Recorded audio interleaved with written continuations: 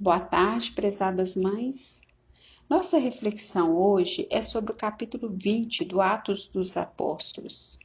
Peçamos luz ao Espírito Santo. Vinde, Espírito Santo, vinde por meio da poderosa intercessão do Imaculado Coração de Maria, vossa amadíssima esposa. No capítulo 20 continua o relato das viagens de Paulo, agora saindo de Éfeso, passando pela Macedônia e Grécia, com destino a Jerusalém. Paulo ficou um longo período em Éfeso, como vimos nos capítulos anteriores. Lá ele foi preso e, no meio desse sofrimento, ele escreveu várias cartas aos irmãos das cidades em que ele havia fundado comunidades, aos Gálatas, aos Filipenses, aos Colossenses e várias outras. Paulo exortava e confortava os irmãos com sua presença física e também com as suas cartas. No versículo 7, Paulo e os discípulos estavam em uma cidade chamada Troade e se reuniram no primeiro dia da semana para partir o pão.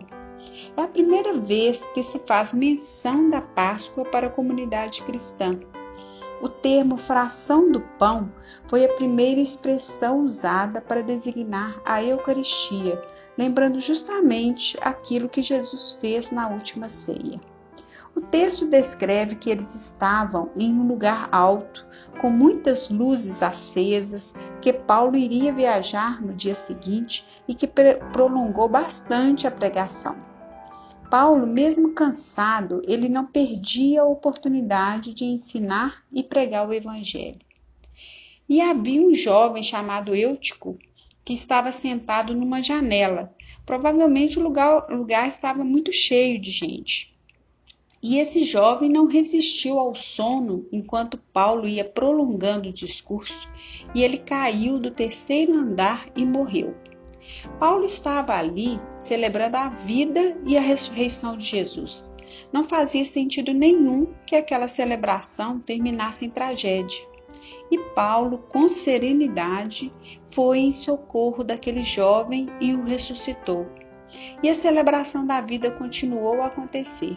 Paulo subiu, partiu o pão, comeu e continuou a pregação até o amanhecer. O que era para ser uma ocasião de desespero, transformou-se em prova viva do poder de Deus. E aí agora nós precisamos aprender que o desespero não traz luz para situação nenhuma. A fé é que ajuda a resolver os problemas. Diante de situações difíceis, não podemos perder o Santo Espírito do Senhor. O alarme, o desespero, o pânico nos tira a serenidade necessária para solucionar situações complexas. Após esse episódio, Paulo viajou. Ele queria chegar em Jerusalém até o dia de Pentecostes. E Paulo faz suas viagens seguindo a inspiração do Espírito Santo. Ele vive em profunda intimidade com o Espírito Santo. No versículo 22, ele diz que se sente prisioneiro do Espírito Santo. Isso quer dizer que a liberdade dele está condicionada à vontade de Deus. É o próprio Espírito Santo que diz a Paulo tudo o que o espera em Jerusalém, os perigos que irá correr. Paulo não irá morrer em Jerusalém, mas é lá que vai iniciar sua perseguição final até o seu julgamento. E nesse caminho, Paulo para em Mileto. Ele não queria ir em Éfeso para não atrasar sua viagem até Jerusalém, mas ele decide chamar os anciãos da igreja de Éfeso e faz para eles um discurso de despedida. Ele deixa seu testamento nesse discurso. E Paulo diz: servir ao Senhor com toda humildade, com lágrimas e no meio de provações pelas ciladas dos judeus. Não ocultei nada que lhes pudesse ser útil. Preguei aos judeus e aos gentios a conversão a Deus e a fé em nosso Senhor Jesus. Constato que termina a minha carreira e o ministério da palavra que recebi do Senhor Jesus para dar testemunho do Evangelho da graça de Deus. E Paulo diz ainda que é a última vez que ele vai estar com essa comunidade.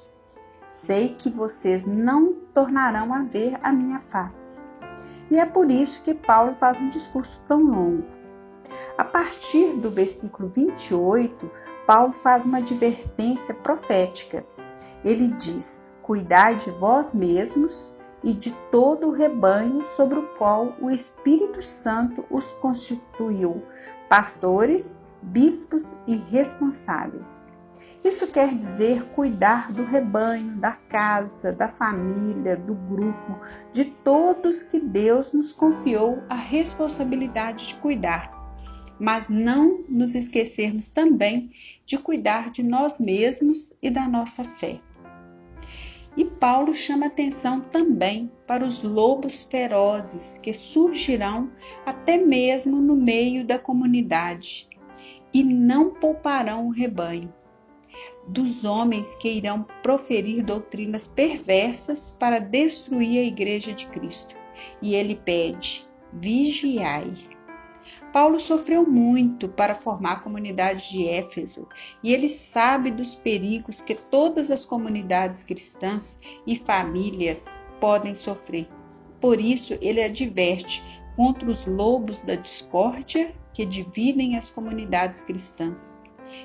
Estejamos atentas, mães, para não sermos objetos de divisões e discórdias no meio da comunidade que vivemos e participamos. Paulo termina seu discurso recomendando que a comunidade permaneça fiel à palavra, que pregue e dê testemunho da palavra de Deus. Paulo dá testemunho de uma pessoa despojada, sem cobiça ou avareza, livre para o Evangelho, que trabalha e acolhe os fracos. Após o discurso, Paulo se põe de joelhos para orar.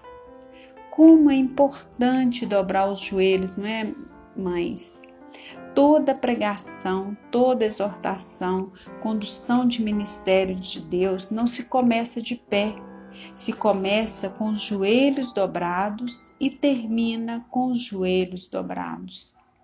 O joelho dobrado quer dizer que eu me coloco debaixo da mão poderosa de Deus. Não sou eu que faço, não sou eu que realizo, mas é Deus que tudo pode.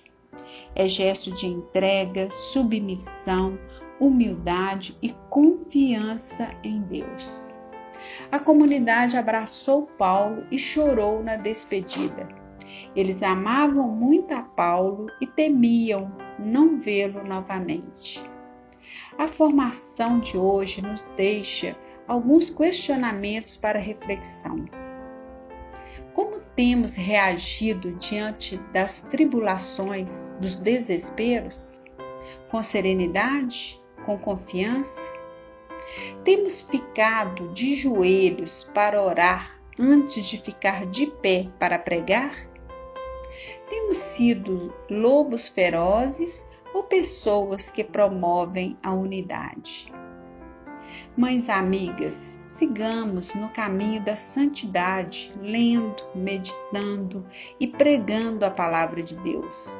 Não nos esqueçamos do exemplo que Paulo nos deu de igreja doméstica. Podemos e devemos pregar a palavra dentro das nossas próprias casas, para nossas famílias e amigos. Um grande abraço a todas vocês.